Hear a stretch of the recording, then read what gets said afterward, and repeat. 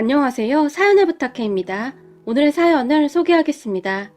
제가 긴 세월을 살아온 것은 아니지만 저는 명절에 대한 좋은 기억이 별로 없습니다. 우리 집은 할머니, 할아버지, 그리고 저 세 식구였는데 명절이 돼도 우리 집은 항상 조용하기만 했거든요. 그렇게 명절에도 우리는 간단하게 떡국을 끓여 먹거나 동네 떡집에서 송편을 싸서 간단하게 먹고는 아무 말 없이 TV를 보면서 명절을 보냈어요. 명절만 되면 할머니, 할아버지의 표정이 좋지 않았는데 하나밖에 없는 자식 그렇게 되고 인생 참 덧없네. 할머니가 눈물을 훔치셨어요. 그런 할머니의 말에 할아버지가 어쩌겠어, 인생이 이런 것을. 그러니까 그런 소리 하지도 말어, 이 사람아. 할아버지가 한숨을 내쉬었어요. 우리 부모님이 교통사고로 그렇게 되신 후에 할머니, 할아버지는 제게 있어 부모님과 같은 존재였어요. 그러한 할아버지, 할머니의 사랑은 그 어떤 것과도 비교할 수 없는 그런 것이었으니까요. 대학을 포기하겠다는 저에게 네가 대학을 왜 안 가? 무조건 가야 한다. 네 엄마 아빠가 네 공부에 얼마나 신경을 썼었는데 네가 대학에 안 가면 이 할애비 할미가 나중에 네 엄마 아빠 얼굴을 어떻게 보라고 그러는 거야? 할아버지가 호통을 치셨어요. 대학 등록금이 한두 푼 하는 것도 아니고 내가 지금 그런 사치를 부릴 때가 아니야. 바로 취업해서 할머니 할아버지 짐을 덜어줘야지. 난 그렇게 못해. 이만큼 키워준 것만으로도 난 정말 감사해. 제가 눈물까지 글썽이며 말을 했는데 그런 제 말을 듣던 할아버지가 장롱 한켠에서 뭔가를 주섬주섬 꺼내시더니 이거면 충분할 게다 라며 제 손에 통장 2개를 쥐어주셨어요. 이게 뭐야? 뭐긴 뭐야. 하나는 너 대학 갈 때 쓰려고 준비해둔 거고 또 하나는 너 결혼할 때 쓰려고 준비해둔 거지 라는 말을 하셨는데요. 통장 안에 돈을 확인해보고는 깜짝 놀란 제가 이 큰 돈이 어디서 났어? 놀라서 물었어요. 그거 네 부모 보험금이랑 합의금 받은 거다. 한 푼도 안 쓰고 그대로 둔 거야. 할아버지가 조용히 말했어요. 아니 돈이 이렇게 많은데 도대체 왜 그렇게 고생을 한 거야? 통장 안에 돈을 보며 제가 속상한 마음에 할머니 할아버지에게 큰 소리로 물었는데요. 그 돈을 우리가 어떻게 손을 대? 그 돈이 어떤 돈인데? 아니 아무리 그래도 그렇지. 순간 목이 메어와 제가 아무 말도 못했어요. 통장 안에는 돈이 꽤 있었음에도 불구하고 할머니 할아버지는 제 생각을 하면서 그렇게 가지고 있으셨다고 했어요. 잠시 후 할아버지가 통장 하나를 더 건네셨는데 이건 이 할애비 할미가 매달 조금씩 모은 돈이다. 혹시 몰라서 더 모았어. 이 돈이면 대학 갈 수 있는 거지? 할아버지가 저를 빤히 바라보시며 물었어요. 그 순간 제 눈에서는 눈물이 비 오듯이 쏟아져 내렸는데요. 그 힘든 농사일을 하시면서 병원비도 아까워하시던 할머니 할아버지는 밤새 끙끙대며 참아내셨거든요. 그리고 그렇게 한 푼 두 푼 돈을 모으고 계셨더라고요. 아유 울긴 왜 울어. 이 정도면 충분하지? 대학 갈 수 있는 거지? 그리고 공부 부족하면 학원도 다니자. 이 밑에 집 동수는 학원도 몇 개씩 다닌다고 하던데 동수는 중학교 때부터 다녔다고 하더구나. 이 할애비가 잘 몰라서 못 보냈어. 동수 엄마한테 어떤 학원인지 이름도 알아봤다. 너도 학원 다니자. 할아버지가 다시 말을 했어요.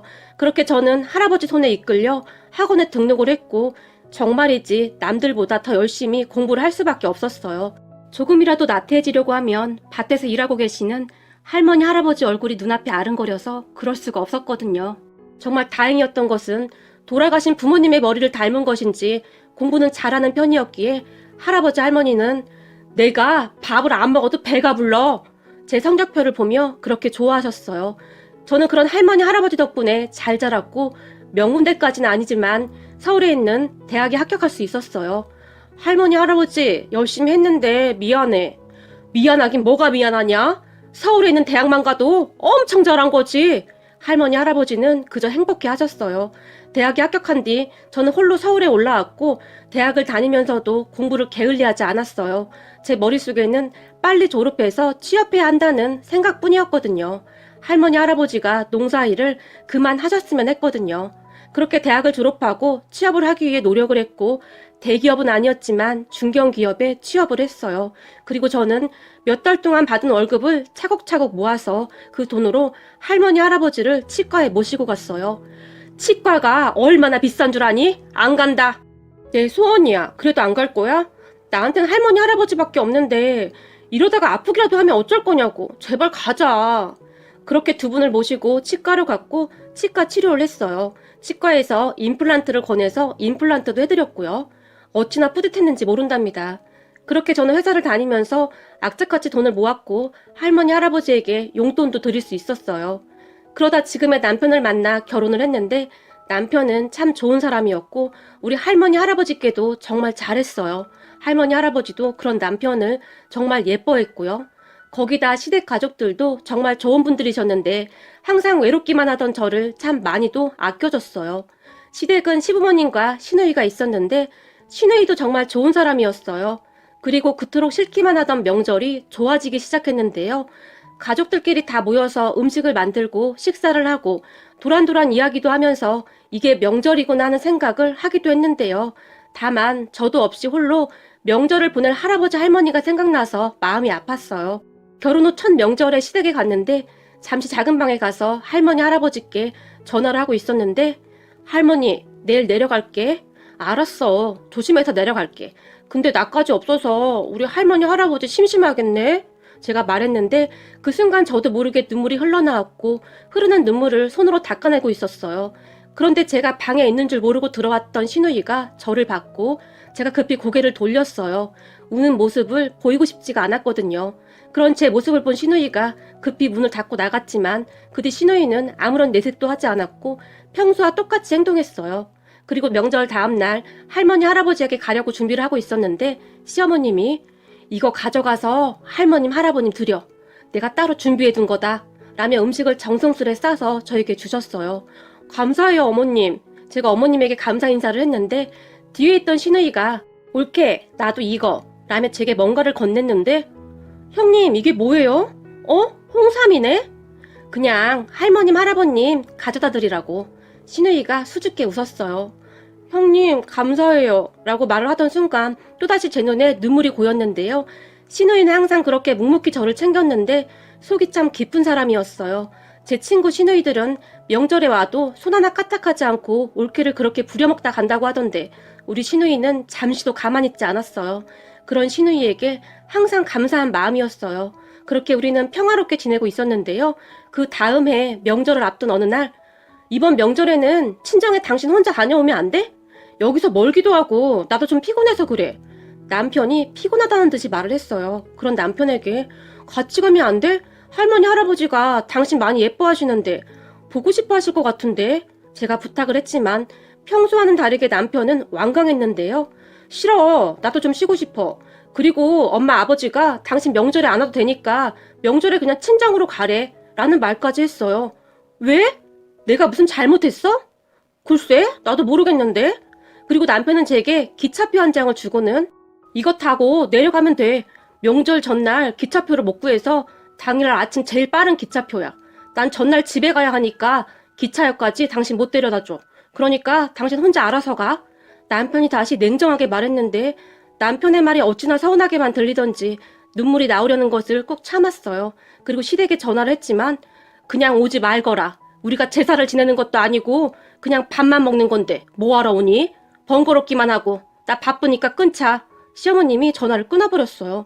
그런 가족들을 보며 한편으로는 내가 뭘 잘못했나 하는 생각이 들기도 했고 또 한편으로는 서운한 마음이 가득했는데요.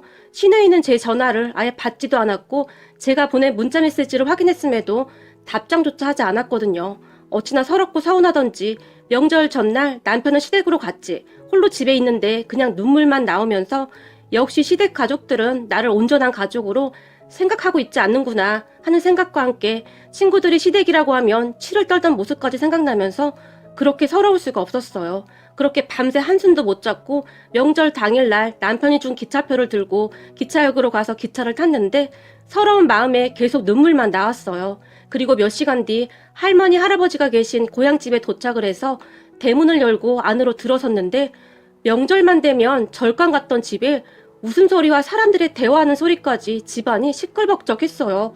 도대체 무슨 일인가 싶어 한동안 멍이 서 있었는데요.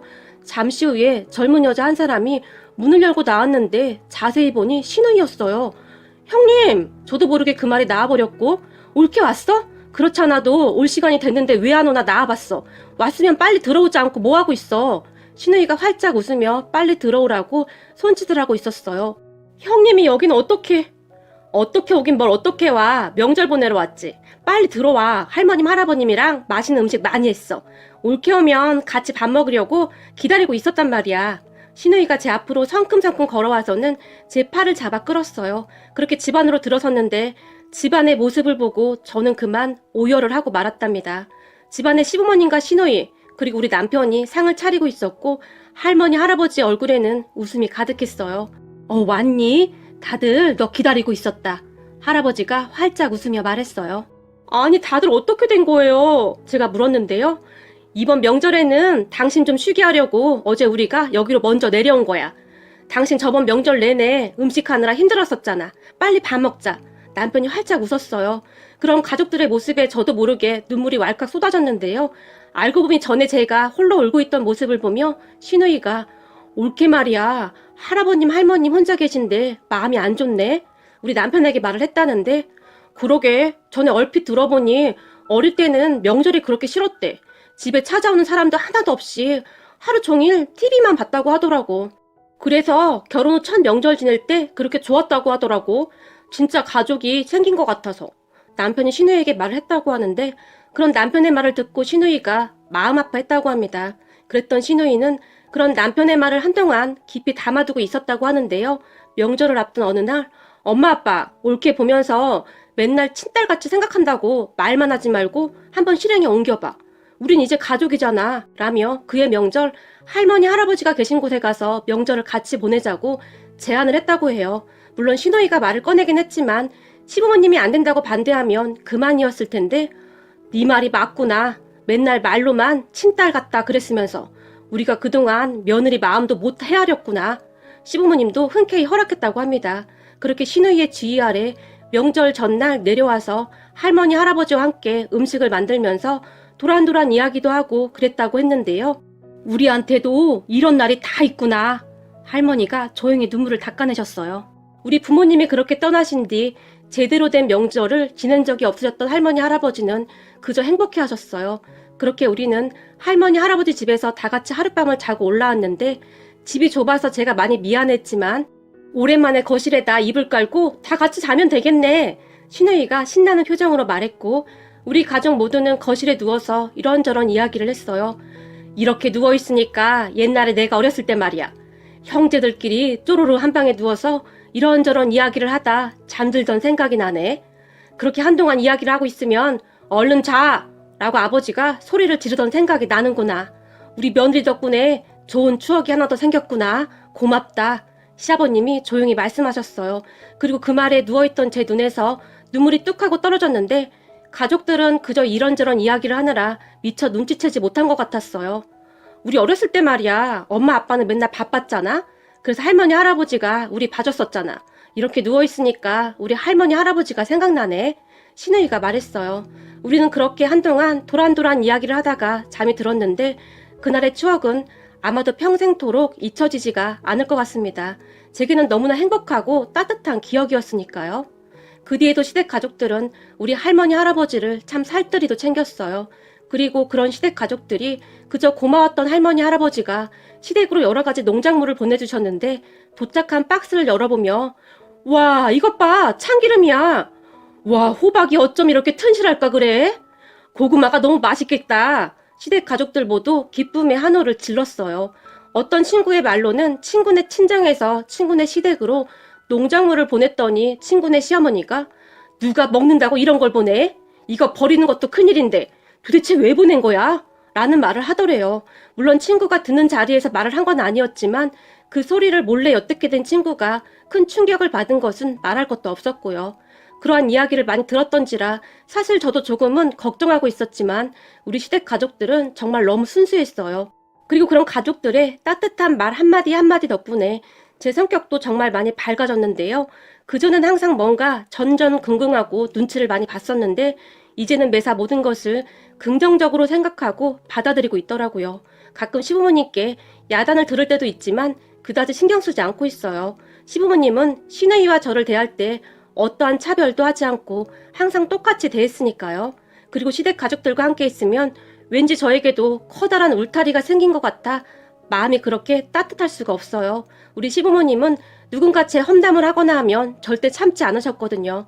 거기다 우리 시누이는 정말이지 이런 사람이 세상에 또 있을까 싶을 정도였으니까요. 말 한마디 한마디를 어찌나 따뜻하게 해주는지 모른답니다. 물론 바른 부모님 밑에서 바르게 자랐으니 당연한 것이겠죠. 명절이 다가올 때마다 제 친구들이 명절 증후군이다 뭐다 우울해하지만 저는 가족들과 다 함께 음식해서 먹을 생각에 설레기까지 합니다.